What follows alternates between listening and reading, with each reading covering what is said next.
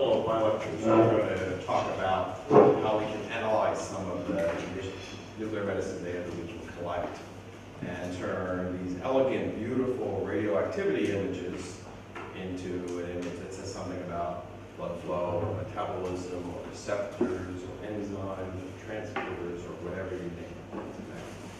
So the next few lectures are going to be more the math of that, and we'll do more of the applications in the lectures thereafter. So we're going to start, this should be a pretty simple lecture, actually. And I think it's actually going to be a little short, so that'll be perfect. Talk about compartmental models. Okay, I mean, this is what we're going to be talking about. These kind of very, very simple descriptors of what happens to a molecule when we give it to a person or an animal that will somehow deliver it in some way. And we're going to try in our mind to describe the different ways or places or ideas in which our molecule can distribute in the body, in the region, in the pixel. It could be very simple, it could be a little more complicated, it could be absurdly complicated in terms of the number of things we can talk about. Okay, so what do we mean? What do we mean when we talk about a compartment? This is a funny thing, because when you think of the word compartment, you think of a little box, an apartment, something like that, a physical space, and that's not what we talk about. When we talk about a compartment, it's a group of materials, a set of materials, a set of, in case of our compartment, maybe radioactive molecules that act the same, that they are well mixed, and they are homogeneous, they all behave the same. So if I was looking at a picture there in a little area, they would not have, there would be no gradients in there, there'd be no differences from one another. Every molecule would be behaving the same. That's what a compartment is. It's a funny kind of word, because it's a mathematical word to describe. It doesn't mean necessarily where things are. We're talking about a model where consisting of a descriptor of behaviors of our particles in these different compartments. They may go and how they interconnect with each other. How they may go from one place to another. So back to here, how we might have one compartment and how they will interchange, or many, many compartments and how they can all interchange. How a particle can move. And move may not be a physical move, it could be a chemical move, a biological move. It could change state, change structure. And it can be, it can be at exactly the same physical location. Something to think about that, how we describe that. And this no gradients is important in terms of the mathematics of it, which is good. It's going to make the math easy. It doesn't mean that it's always right, but it's always a simple place to start. Okay. So we say kinetic homogeneity, uniformity of kinetics, all the reactions, all the binding, any transport, any movement of molecules, however that form, they all are equally likely. Every molecule is just a chance. So if I have a molecule of FDG and I'm going to metabolize it, then every molecule in the pool has equal chance of being metabolized. No difference there. Okay? And we'll use these two words, tracer, the word you know, and tracee, if you don't know the word you know. Tracer is going to be the molecule that we can sense, that we are going to introduce into our system usually, and that we can measure. We have tracee, it's kind of possibly what's that native term, the molecule that's under there that we're kind of following in some way. Let's look at the word trace. What's the word trace mean? T-R-A-C-E in English. Trace. Little mark. Small mark. Small, sorry. Small mark on the ground, on the floor. A trace. So you can certainly look at traces, as something that you follow. Okay? That if you had some picture that you could draw and trace on top of it, that you could follow. That's one meaning of the word, that it's going to follow something. Our tracer is going to follow the thing that is being traced, the tracee. So there's one part is what's being followed. Okay? Now there's another meaning of the word trace, and it's going to be important too. Do you know the other meaning of the word trace? Not as common. Any ideas? Trace. Trace means very small quantities, very tiny quantities. Next lecture we're going to add mathematical rigor to that form. Well, usually we're talking about when we give molecules, we're giving very little. I always disappoint when I talk to our students about receptors and targets that when we make cocaine, when we label it, make it carbon 11 cocaine for PET, we inject it in people. Nobody gets high. Nobody feels it at all. Very disappointing. And that's what happens when you work at trace quantities. It's like you didn't give it at all. All right, we're going to talk about compartments, and there's going to be a couple kinds. An accessible compartment, that's one we can kind of get to. We can either deliver our tracer there, we can maybe measure the tracer there somehow, and then there'll be inaccessible, non-accessible, we can't get to, where those are tools that are kind of hidden, not directly there. Now, in classic compartment literature, really, when police will do that, you didn't have a lot to work with. You could measure blood, and you could measure usually urine. You could see what went in and what came out. And now, of course, we have imaging, we can see all the organs. Or even if we biopsy, we can sample tissue. So we have a lot more opportunities for what's accessible about what we can get to there. Okay. So here's some definitions. All right, it's a little slow. We're going to have n compartments. We're going to have each one given a volume. We'll call it V sub I. And we're going to talk about the amount of material in each compartment as a mass, m sub I. Okay. We may have putting some inputs in. We'll call it U. Okay. And let's just skip ahead to the flux. That'll describe how things move from one compartment to the next. Okay? We could calculate a concentration, simply the mass divided by the volume of each. But we'll use all these terms, but just for reference, that list of ideas. And again, indexed by I, or then up to n compartments, whatever our model we may choose. Okay? So these are the key ones. F is the flux, the mass per unit time, how much comes in. It's positive, how much goes out. It's negative, the mass again, the volume, and the concentration. And sometimes we work with one unit, and sometimes with another. Depends on our measurements. Okay? Now, when we talk about how compartments interchange, we're going to use something called a rate constant. We'll write it like this. Okay? We're going to write that the constant, that we're going to get K, and we'll go from Ij. When we go from Ij, we're going to say that means going to compartment I from compartment J. Okay. Now usually when I would speak English, I would go from to. And we're going to do this as to from, and that's because mathematically it will be more convenient. Okay? So the big assumption that we're going to be using is that the flux, if I rearrange that, the flux is linearly proportional to the amount in a compartment. In other words, if I have some amount of activity, say FDG, and it's going to be metabolized, the amount that's moving is proportional to how much is there. The more FDG I have, the bigger the flux. Okay? And then that's going to be controlled by that rate constant. That constant is going to say how much it moves. These are going to be weird. This is what we're after. This is telling us about the biology that what we're after. Okay? What are these units? Okay, so if I look at the flux units, that was mass per unit time. That's in mass. So this has units of inverse time. We're going to spend a lot of time in the inverse time domain. So if we see things like in your mind, sometimes, now for you, I don't think this will be a challenge, but sometimes if I'm lecturing to physicians, for example, talking about 0.03 inverse minutes, they just can't really understand that. Okay, so I just try to help is just to think about that as multiplying by 100. If I have 0.01 inverse minutes, that means 1% per minute. In other words, if I have a rate of 0.01, that means 1% of my material will move, will change compartments per minute of time. Okay? Very simple, but not always easy. So again, Kij is to compartment I from compartment J. And just to keep things simple, we'll call the outside world leaving the system compartment 0. We'll see some examples. Okay? All right, so we're going to write down some differential equations to describe the system, how it moves in and out. And we'll write it in terms of mass to start with. The amount, we might convert it to concentration simply by dividing by volume. That's relevant depending on what we measure. If I measure a total mass, I could use mass. If I'm measuring a concentration unit, like I would from a scanner, I convert to concentrations. Okay?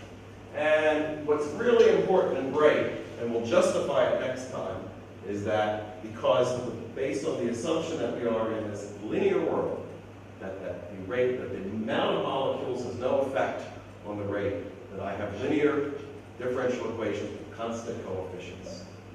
And you know, this in many ways is why these models were developed and were so popular, because they could be solved analytically. Long before the days of MATLAB or computers in general, people could solve these systems and analyze data. That's it. Okay, so let's take an example. Here's a very simple molecule. I've got one compartment. Very simple. I'm going to deliver my tracer. at some rate u1 of t, so that's delivery into compartment 1, it could be a function of time. The flux out would be the flux to compartment 0, the outside world, from compartment 1, and it will be linearly proportional to the mass in that one. We're going to have an initial condition for our differential equation. Most often the case, we will assume there's nothing in the compartment we have started. If I start with a radioactive compound, and I'm going to measure something in one of you, right now, your initial condition is 0 until we get a lesser radioactive to start. Okay? So mostly we're going to be initial. Very simple there. Okay? Or if we convert to concentration, we would just scale through and would get a term here. So the rate constant would stay the same in this case. The rate leaving the system going from 0 from compartment 1 to compartment 0 with the input function scaled in terms of a delivery per unit volume. Okay. Here's a slightly more complicated one. Honestly, in PET, we don't get much more complicated than that. We could deliver to either compartment in principle, pretty rare. They could exchange. This could be the flux to compartment 2 from compartment 1. Both could leave. In principle, I could deliver. In principle, I could measure from both. Okay? And then this is just a matter of simple bookkeeping. Keeping track of the rate of change. I talk about what's going out in both directions and what's coming in both directions. And all of these become linear situations. Okay? Pretty simple stuff. These differential equations you learn, and ours, we teach that in probably our sophomore year, if not freshman year of college. We'll learn these simple differential equations that we'd be able to learn. Or if we just convert, again, the same conversions, I'm going to get these and compare two differential equations to describe the two-compartment model. Let's go to an n-compartment model, 1 in degree 1. Okay, well, I can write this generically, so if I look at compartment I, it might have arrows going to any of the other compartments. So I'd have two-compartment J, which have all the other J's, every other compartment out. And then I would have all the inputs from all of those coming back in from the other compartments, whatever they might be, depending on all the arrows in our models. Now we can make it simple that we can take the exiting term, all of the different ways I leave. Any way the tracer leaves in the outside world to other compartments, some of them we'll call them KII, and that will be convenient for internals, all the clearance. Let me stop for a minute. How do I decide what my model should look like? How many compartments do I need? How do I know? Say I'm working with some tracer, and I'm going to study how it gets taken up in some orbit. Where do I start? How can I decide? Any ideas? I mean, I'm writing down these models, and I can draw these things on the board, and we can do the math engineering part. We can solve. Of course, we don't know these K's. It's a lot of them. The more arrows we draw, every time I draw a model and I add an arrow, I have a rate, a K. Another parameter, another value I don't know. Where do we start with those things? Any idea?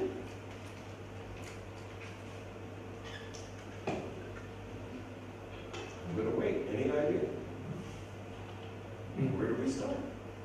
Biology. Right.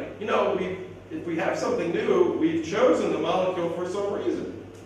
Like we know it's a substrate for this enzyme. We know it accumulates in a tumor. We know it's taken up in the heart. We know why, probably. We're not sure. We've chosen on purpose, so we start with some biological understanding of where we want to go. That gives us some idea of what we'd like to do. Now, usually, if you try to do all the biology, it's very complicated. We're going to end up making it simple. We're going to start somehow by some basic idea. It's going to arrive into the organ, and maybe it'll get tied up. Maybe it'll get incorporated. Maybe it'll get stuck with the mitochondria. Who knows? Whatever the particular mechanism. But this is where you work with the biologists and the chemists and the pharmacologists to understand why. Now, when we're done, we have some starting point. We'll do a lot of ideas to say what's the best model, and there we have some good statistics. We'll do that in 2 days. Okay, so here's that full model. Now I'm going to, obviously with n compartments, we're going to write this in matrix form. We're going to make the vector m of my masses in each of my compartments. We're going to have my input to each compartment, if there is. Often there's not. We'll write our derivative, and now I can group that whole thing into this very, very simple linear matrix equation where I have a capital K, and that's going to be my compartment matrix. That's going to tell how each compartment works to the other. Okay, and now you can see why we called it this way, that Kij means to transport to compartment I from compartment J. Now that makes sense that Kij is the index into the compartment matrix for row I and column J. We can think of how that would work very, very simply, so we just have that one there. So that's that key, is why we use that phrasing, because if I'm going to talk about an index in a matrix, Ij, and if I say it's row I and column J, then we'd be able to see that. And we'll see an example, do some examples of that. Sure. Now, as I mentioned, we can write down a model where we might not be able to measure every compartment. Okay? You know, in the old days, you might give a drug, and if it absorbed in the blood, excreted in the urine, and you couldn't see everything. So there'll be some accessible compartments, and they'll reflect what we can measure. And we're going to have a readout, for example. So I might have my vector of concentrations, and then my V would control my readout. In a sense, which of the compartments can I detect, and with what extent, what volume? I might have a matrix where I'm only sampling some of the compartments, maybe even just one. Does that make sense? If I give something in the blood, and all I can measure is the blood, can I figure other things out? Think about it. If I give it in the blood,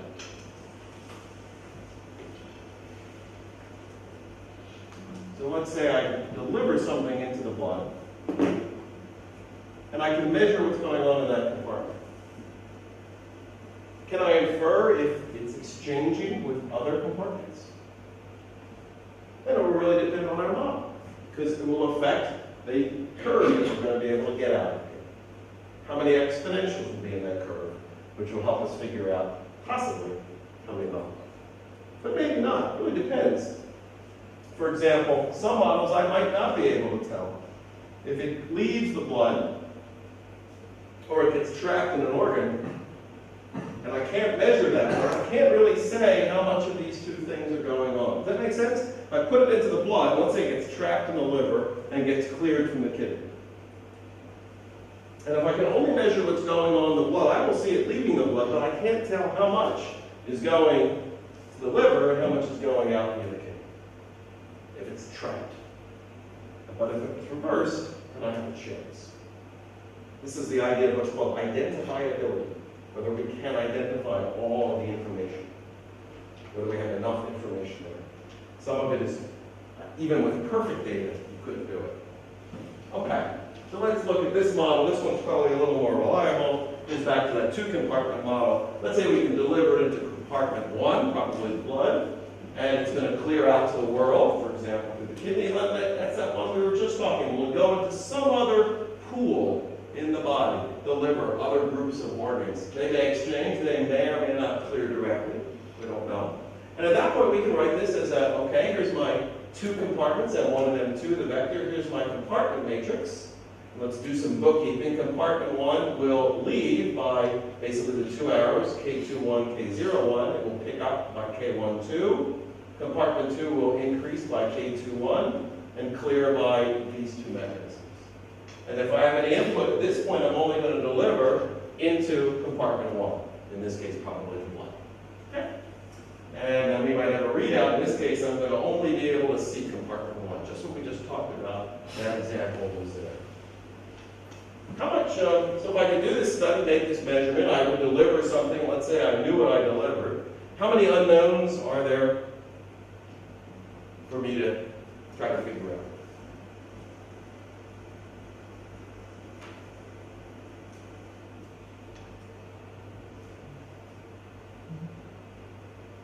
I guess, how many unknowns? How many things don't I know that I'd like to understand? All these coefficients. Right, all the coefficients. So there's basically every arrow means I don't know. And if I can measure this, perhaps I can deduce these values. Why do I care about these values? This is telling me about the biology. It's telling me exactly what I want to know. How much of this molecule is being taken up into that organ? How quickly is it clearing? These are exactly the parameters that describe how well whatever my drug might be. For example, if there's a specific mechanism, a specific protein that takes this up into the tissue, and I study a population that doesn't have that protein, this value will go down. Perhaps this is a bad mechanism I'd like to block. I'd like to be able to change those rates and control them and study them before and after drug. So that's how we can understand the biology that's going on. Okay. So if I have an n-compartment model, what's the solution? Well, we'll first describe an impulse response function. You know those words. The response of the system to a delta function, a bolus input, a perfect impulse, a classic delta function, okay? And mathematically in these compartments, that's the same as setting an initial condition to 1 in one of the compartments, okay? And this is what's nice. For an n-compartment model, the impulse response is a sum of n exponentials. Great. Really easy. So this is going to be very simple. So we rewrite it as the things that we can deduce will be the coefficients and the eigenvalues of the exponentials. Okay. So here, if I did this compartment, the same one, I could immediately write down the answer. Here's my answer. 2 exponentials is the impulse response. 2 exponentials would also be there. The same 2 exponents, the same 2 rates in both compartments.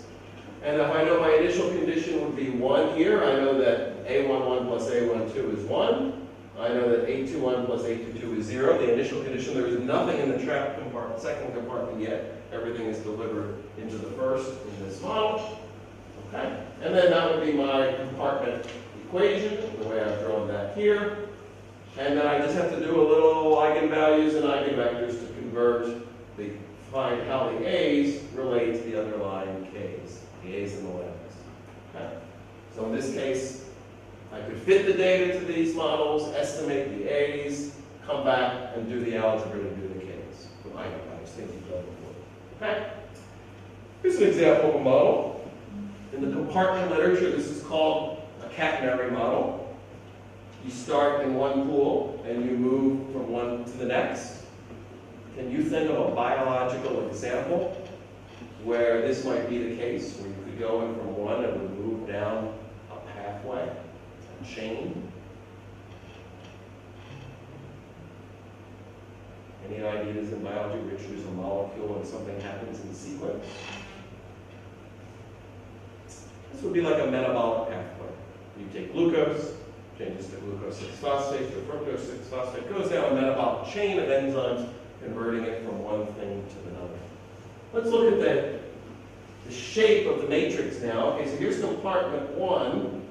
It can leave, and it can pick up from compartment 2, but there's no exchange from the other compartments. Here's compartment 2. It can get inputs from either compartment 1 or compartment 3. It leaves and nothing else. So this is a band diagonal compartment. Now we had a day off yesterday and we did a little traveling and something reminded me of this one, and that was the Great Wall, which looked a lot like a catenary model to me. It is one directional. You have 2 values going back between each of the watchtowers. So there was relevance in the model to that. Okay, so here's another class of models, a mammillary model, from the idea of imagining a mother pig feeding her young. And this is where you have one main compartment and feeds out to the other ones. This will look like, okay, compartment 1 will connect to all of the compartments and receive input both ways. And all the other compartments only have one interaction, compartment 1 and themselves. What's an example of a biological model where this might be appropriate? An example of a place where we might have one feeding compartment that would feed lots of other compartments. Any others? Well, if I inject something in your blood, and it could be the liver, or the kidney, and the lungs. Your blood is the central supply. It goes independently. Nothing will go from your heart directly to your liver without going back to the blood. Okay. Now, how do we solve these? We do this. This is pretty simple stuff. Nothing you haven't seen before. In general, if I have a state vector of differential variables, I with initial condition. This one is simpler. It's a linear differential equation with constant coefficients. Just change the nomenclature here, same idea. Vector y, constant coefficients A, all those rate constants, just like we saw in this example here. Some initial condition, maybe, could be 0, we'll see, okay. And it's n by n. What's the units of n? Clue, it's not inverse, well, it's not inverse stuff. Units of A.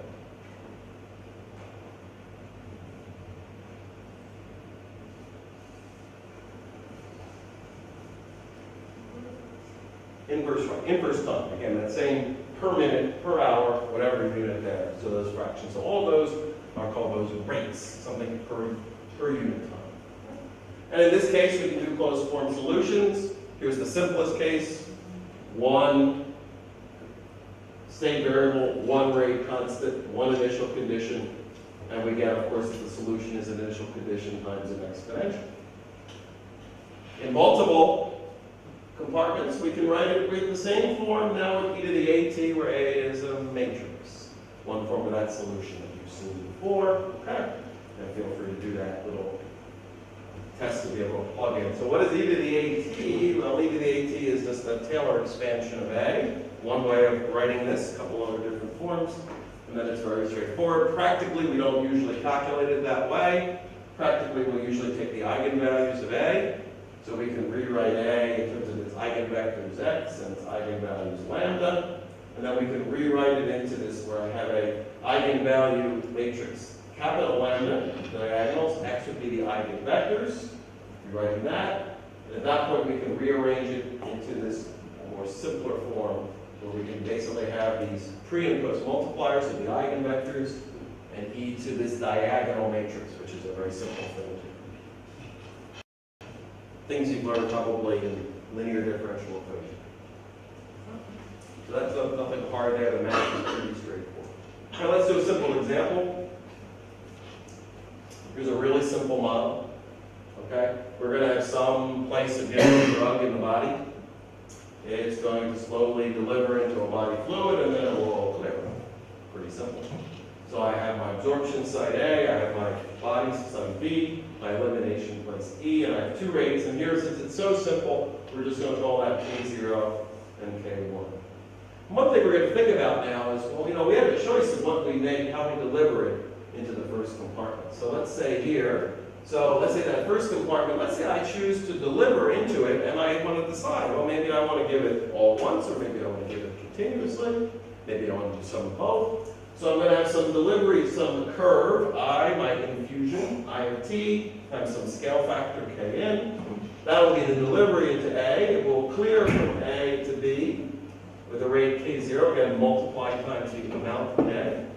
And then B will be the body compartment. It will receive and it will clear.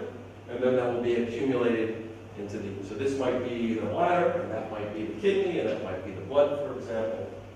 And in this case, with an infusion, we're going to assume we start with nothing, no activity there. Okay? Let's check the units here. So A, here I'm going to write it in a concentration unit, in a nanomolar unit. In that case, my infusion might be nanomoles per minute, how much I'm giving. And the in would be a volume term that would correct for the pool that I'm delivering it into. And this simplifies, if I give the special case of a delta function, I can think of it that this is just a generalization of that if I gave it as an initial condition, okay, which would just be equivalent to initializing A to a specific value. All right, so let's think about that, particularly depending on how I want to give it. Now, this is one of the few things where we can be engineers, because this is how we get to design how we give the molecule. Our chemist might have made it. I've got a nice syringe here, a little molecule. I have my study subject all ready to go. He's got an IV place. He's in the scanner. He's very quiet. It's great. And I'm ready to decide now, how do I want to give this? Do I give it all at once? Do I give it in parts? Doesn't matter. It's something we can actually control. It's one part of the experiment, that we can control. So that's a good thing to do. Well, let's see what happens if we, depending on how we give it. I could just give it all at once. I can give the whole magnitude A0 amount all at one time. We'll call it T0. And then based on the equation, this would be that's an initial condition. I would give an initial condition A0 at time t0. So here I'm writing that in terms of the form we showed, the eigenvectors x, the eigenvalues capital lambda matrix. I've shifted it t minus t0. In other words, nothing happens before t0 and it all arrives right at t0. Okay? And so I would be able to shift the time and basically follow it there.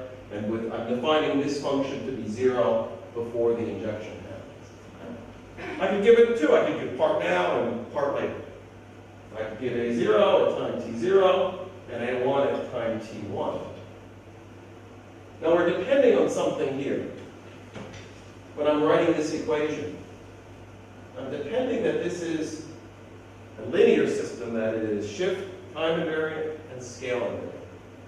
In other words, that if I give some now and give some later, that the molecules I gave later did not know I gave any before. It didn't change anything for them. As far as they're concerned, they're the whole experiment.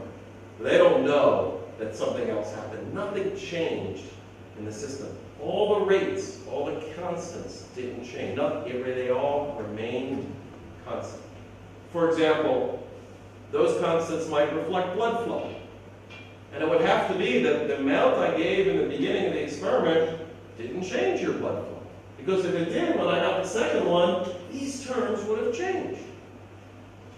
Okay? Could be that I'm binding to a protein. Well, it better be that my first injection didn't completely saturate that protein. Because then these would change. So this is the key thing we're talking about when we talk about tracers, and we'll talk more next time on that we are not changing the system. And we're not occupying anything. If I gave carbon-11 cocaine and you got high, that meant I occupied a lot of your dopamine transporters. In which case, this assumption would not. Okay. All right, so visually, what does that look like? Well, if I gave that first bolus, at time looks like I changed my nomenclature T1. Let's say I had just a one-compartment model. Here's what I would measure in my system. It would jump up, and then it would clear, in this case, with one exponential. This was a one-compartment model. If I gave a second one here, I would get a smaller response, same exponential curve. And of course, if I gave them both, assuming it's a linear system, time-invariant system, I would get the sum of the two compartments. We are depending on that every day in what we do when we analyze our data. We have a scale-invariant, shift-invariant system in general when we do our compartment model. All right, so in general, I would give multiple injections. I would, of course, have a sum, same term, or I can generalize that to a continuous infusion. And here's what I get. This interval. So here would be the general solution for any continuous delivery of tracer with an infusion function I of tau, however I want to. This is the scale for that. These would be the eigenvalues of the eigenvectors and eigenvalues of the system. And I can solve any system there with any infusion to produce any output curve, in this case a vector of the compartment models. This is called the convolution equation. That should be familiar, that convolution. We'll come back to that again a little bit to think about that. Okay. So here's my simplest example.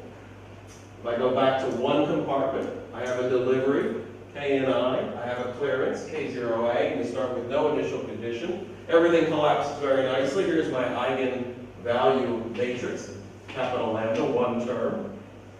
X is going to be 1, very simple. U is going to be 1. Here's the full solution. You plug it in, and here's that equation that I would get. Okay? Kn I of t e to the minus k0. We often write it like this. You'll see that a lot in the compartment model. This sign, the convolution integral, to simplify that form. You know why we do that? You know why we write it this way? I mean, for mathematically, it's good. It kind of separates. Here's the input. Here's the impulse response function. But honestly, we write it because for a lot of people, that's too scary. Do you believe it, that that's too scary? But you know what? For a lot of people, that's really scary. Okay? And having that integral there, this is a little less threatening for that. And that's important. You know, I've been doing math and talking to a lot of physicians for a long time, and it's important. They want to know, why should I care? Why should I do this math? Why don't I just look at the image and read it? And sometimes they're right, but a lot of times we can learn so much by doing this. Sometimes what we learn is they're wrong.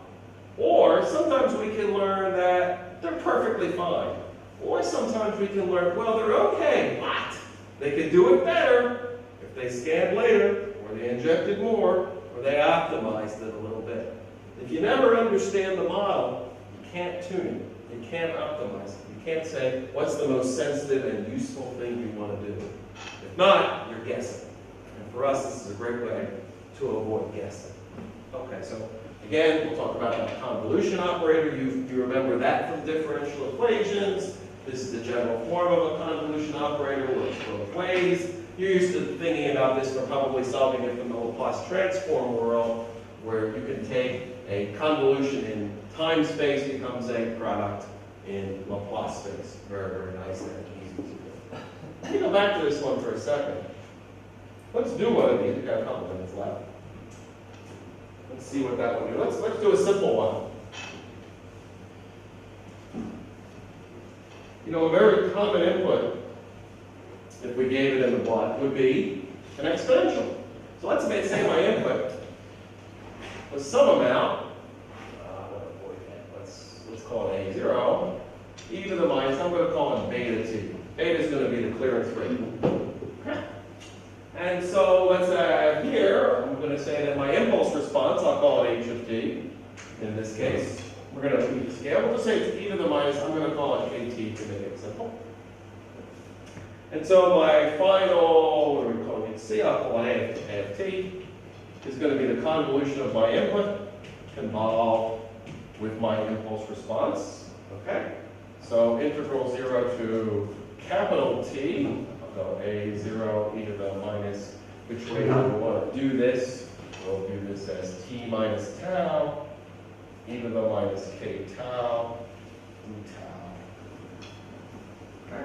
Anybody have a feel for what that solution is going to look like? Let's stop before we derive the math. What are we talking about here? We have a compartment. So we're going to go back to say, where did this come from? Before we do that algebra, before we do that calculus. We have a compartment. We are loading into it, but instead of loading it all at once, we're loading it with an exponential form. So the loading will start a lot and go less and less and less. And then it's clear to run. We know this curve, this is A. We know that A starts at 0. Okay? We know eventually we're going to stop delivering. And we know that all of it will eventually clear away. So we know that infinity is 0. We also know that it doesn't go negative. We very rarely have negative tracer.